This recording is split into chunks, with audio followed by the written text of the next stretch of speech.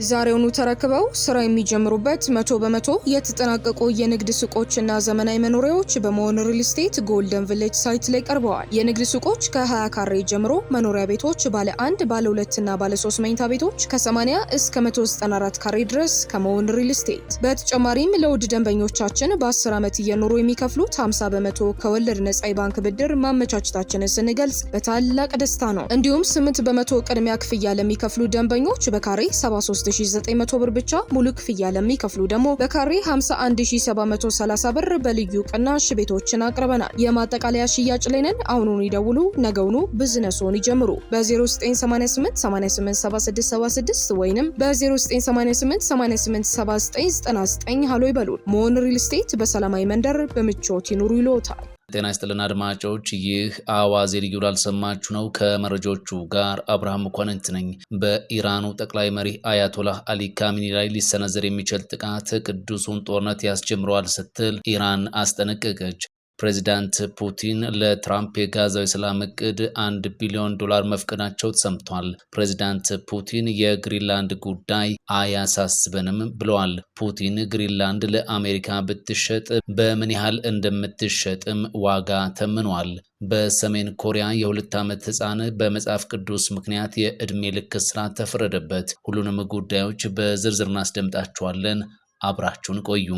ፕሬዚዳንት ፑቲን ለትራምፕ የጋዛው የሰላም እቅድ $1 ቢሊዮን መፍቀዳቸው ተነገረም። ፕሬዚዳንት ፑቲን አቻቸው ዶናልድ ትራምፕ ለጋዛ የሰላም ቦርድ ይውል ዘንድ $1 ቢሊዮን እንዲወስዱ ሀሳብ ማቅረባቸው ታውቋል። ይህ ለጋዛው የሰላም እቅድ እንዲውል የተጠየቀው ገንዘብ በባይደን አስተዳደር ዘመን ታግዶ የቆየ የሩሲያ ሀብት መሆኑ ታውቋል። በዚህ ወቅት ፕሬዚዳንት ትራምፕ የጋዛው የሰላም እቅድ ወደ ሁለተኛውና ወሳኙ ምዕራፍ መሸጋገሩን በተመለከተ የሰላም ቦርዱ ለሚያከናውናቸው ስራዎች የሚያግዝ ገንዘብ እያሰባሰቡ ይገኛሉ።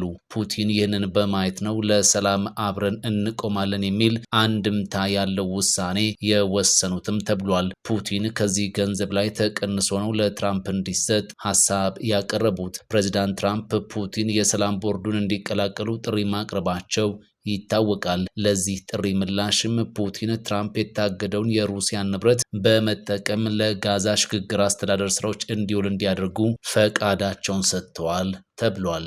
እስካሁን ፕሬዚዳንት ፑቲን የሰላም ቦርዱን እንዲቀላቀሉ ለቀረበላቸው ጥሪ በይፋ እንደሚቀላቀሉ ባይናገሩም ጥሪውን ግን በበጎ እንደሚመለከቱት አስታውቋል። ቦርዱን ለመቀላቀል ከስትራቴጂካዊ አጋሮቻቸው ጋር መምከር እንደሚፈልጉ መግለጻቸውን አርቲ ዘግቧል። በዚህ ሰዓት ሳውዲ አረቢያ፣ ቱርክ እና ግብፅን ጨምሮ 7 ተጨማሪ ሀገራት የትራምፕን የሰላም ቦርድ እንደሚቀላቀሉ በይፋ አስታውቋል። ሀገራቱ በጋራ ባወጡት መግለጫ ቦርዱን ለመቀላቀል መወሰናቸውን ተናግረዋል። እስራኤልም ቦርዱን እንደምትቀላቀል ገልጻለችም ተብሏል። ፕሬዚዳንት ትራምፕ ፕሬዚዳንት ፑቲን ይህንን የሰላም ቦርድ ይቀላቀላሉ ብለው እንደሚያምኑም ተናግረዋል። ሩሲያ ከፍልስጤም ሕዝብ ጋር ያላትን ልዩ ግንኙነት የገለጹት ፑቲን ለዓለም አቀፍ ሰላም አብሮ ለመስራት ያላቸውን ፍላጎት መግለጻቸው ታውቋል። ፑቲን የታገደውን የሩሲያ ሀብት ትራምፕ ለጋዛ የሰላም እቅድ እንዲጠቀሙበት ማለታቸው በአሜሪካ ኮንግረስ ውስጥ ከፍተኛ የፖለቲካ ክርክርና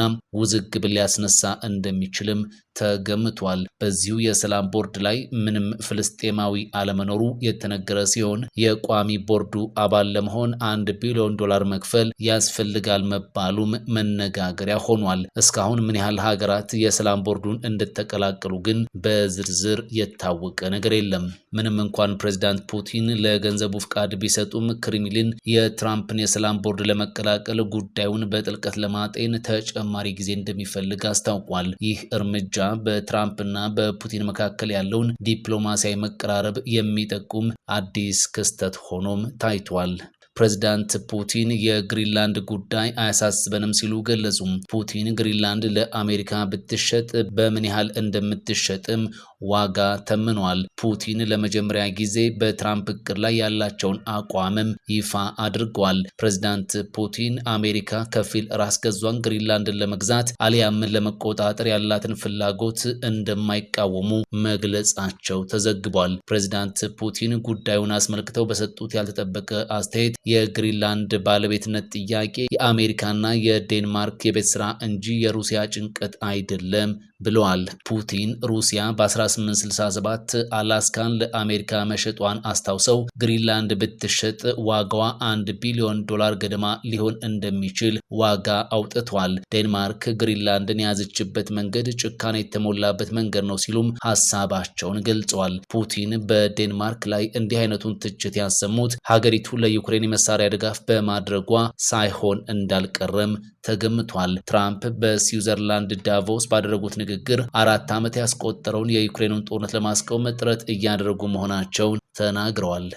በሰሜን ኮሪያ የ2 ዓመት ህፃን በመጽሐፍ ቅዱስ ምክንያት የዕድሜ ልክ እስራት ተፈረደበት። በዓለማችን እጅግ ጨካኝ ነው ተብሎ በሚነገረው የፒዮንግያንግ አስተዳደር አንድ የ2 ዓመት ህፃን ገና በወጉ ቃላትን እንኳን በትክክል መጥራት ሳይጀምር የዕድሜ ልክ እስራት እንደተፈረደበት ተዘግቧል። ለዚህ አስደንጋጭ ቅጣት ምክንያት የሆነው ደግሞ በቤተሰቡ ቤት ውስጥ የተገኘ አንድ መጽሐፍ ቅዱስ እንደሆነ ተነግሯል። የአሜሪካ የውጭ ጉዳይ ሚኒስቴር ይፋ ባደረገው የሃይማኖት ነጻነት ሪፖርት መሰረት ህፃኑና መላው ቤተሰቡ ወደ አሰቃቂው የፖለቲካ እስር ቤት የተላኩት የሰሜን ኮሪያ ደህንነት ኃይሎች ባደረጉት ድንገተኛ ብርበራ ነው። በሀገሪቱ መጽሐፍ ቅዱስ መያዝ እንደ መንግስት ግልበጣ ሙከራ ተደርጎ ይቆጠራል። ሰሜን ኮሪያ የአንድ ሰው ጥፋት እስከ 3 ትውልድ ድረስም እንዲቀጣ የሚያደርግ የጋራ ተጠያቂነት መመሪያን ትከተላለች። ይህንን መሰረት አድርጎም ህፃኑ ምንም አይነት ወንጀል ሳይሰራም በቤተሰቦቹ ምክንያት ለዕድሜ ልክ እስራት ተዳርጓል ተብሏል። በዚህ ሰዓት በሰሜን ኮሪያ ከ50 ሺህ በላይ የሚሆኑ ክርስቲያኖች በተመሳሳይ ሁኔታ በእስር ላይ እንደሚገኙ ይነገራል። የግሪንላንድ ፍጥጫ በስምምነት ሊፈታ ነው ወይ ያስባለ ዜና ተሰምቷል። የሰሜን አትላንቲክ የጦር ቃል ኪዳን ድርጅት ኔቶ በአርክቲክ ቀጠና ሰላም ለመፍጠር ተነስቷልም ተብሏል። ለሳምንታት መላው ዓለምን በስጋት ውስጥ ያሰነበተው የግሪንላንድ ጉዳይ አሁን አዲስ የዲፕሎማሲ ሁኔታ እየታየበት እንደሆነ ተጠቁሟል። አሜሪካና አውሮፓ በጋራ የሚሰሩበት አዲስ የአርክቲክ ቀጠና የደህንነት ማዕቀፍ እየተዘጋጀ መሆኑ ተነግሯል። እናም አሁን ነገሮች ከዛቻ ወደ ድርድር ሊያመሩ ነው ተብሏል። በዚህ ሰዓት ከዴንማርክና ከኔቶ አጋሮች ጋር በጋራ ለመስራት የሚያስችል ስምምነት እየታየ እንደሆነ ይፋ ሆኗል። ሩሲያና ቻይና በአርክቲክ ቀጠና ያላቸውን ተጽዕኖ እያሳደጉ እንደሚገኙ ይታወቃል። በኢራኑ ጠቅላይ መሪ አያቶላህ አሊ ካሚኒ ላይ ሊሰነዘር የሚችል ጥቃት ቅዱሱን ጦርነት ያስጀምረዋል ስትል ኢራን አስጠነቀቀች። የኢራን ፓርላማ በሀገሪቱ የበላይ መሪ አያቶላህ አሊ ካሚኒ ላይ የሚሰነዘር ማንኛውም ጥቃት በመላው የእስልምና ዓለም ላይ የታወጀ የጂሃድ ጦርነት ጥሪ ተደርገው እንደሚወሰድ በመግለጽ አስጠንቅቋል። ኢራን ይህንን ጠንከር ያለ ማስጠንቀቂያ የሰጠችው በመላ ሀገሪቱ ህዝባዊ ተቃውሞ በተቀሰቀሰበት ወቅት ነው። ቴህራን ይህንን ህዝባዊ አመጽ የሚደግፉት ዋሽንግተንና ቴል አቪቭ ናቸው ስትል ትከሳለች። ነገሮች በእንዲህ አይነት ውጥረት ባሉበት ሰዓት ነው የሀገሪቱ ፓርላማ በበላይ መሪው አያቶላህ አሊ ካሚኒ ላይ የሚሰነዘር ጥቃት በኢራን ላይ ብቻ ሳይሆን በመላው የእስልምና ዓለም ላይ እንደታወጀ ጦርነት ይቆጠራል ሲል ጠንከር ያለ ማስጠንቀቂያ የሰጠው። ኢራን የበላይ ጠባቂውን እንደ ቀይ መስመር እንደምትመለከታቸው ገልጻም ሊመጣ የሚችለውን ቀውስ በመግለጽ አሜሪካና እስራኤልን አስጠንቅቃለች። በኢትዮጵያና በግብጽ መካከል በአባይ ጉዳይ ድርድር ሊኖር እንደሚችል ፕሬዝዳንት ትራምፕ አስታወቁም። ፕሬዝዳንት ትራምፕ በአባይ ጉዳይ ሁለቱ ሀገራት ከስምምነት መድረስ ይችላሉ የሚል እምነት እንዳላቸውም ገልጸዋል። ትራምፕ ይህንን ያሉት በዳቮስ የኢኮኖሚ ፎረም ላይ ከፕሬዝዳንት አልሲሲ ጋር በነበራቸው የጎንዮሽ ውይይት ነው ተብሏል። ፕሬዝዳንት ትራምፕ የህዳሴ ግድብ የናይል ወንዝ እንዳይፈስ ያደርገዋል ብለዋል። ይህም አደገኛ ሁኔታ ነው ማለታቸውን አናዶሉ ዘግቧል። ትራምፕ ባለፈው ሳምንት በኢትዮጵያና በግብጽ መካከል ድርድር የማስጀመር ፍላጎት እንዳላቸው መናገራቸው አይዘነጋም።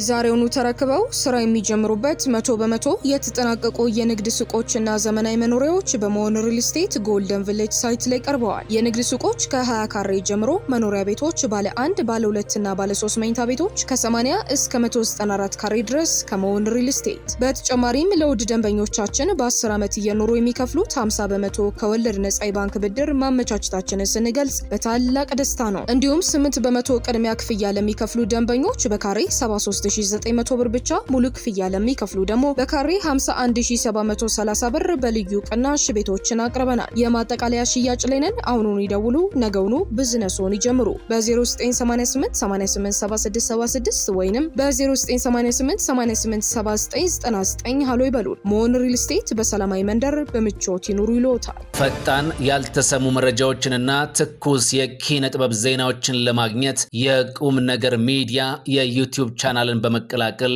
ቤተሰብ የሆኑ ቻናላችንን ሰብስክራይብ ያድርጉ።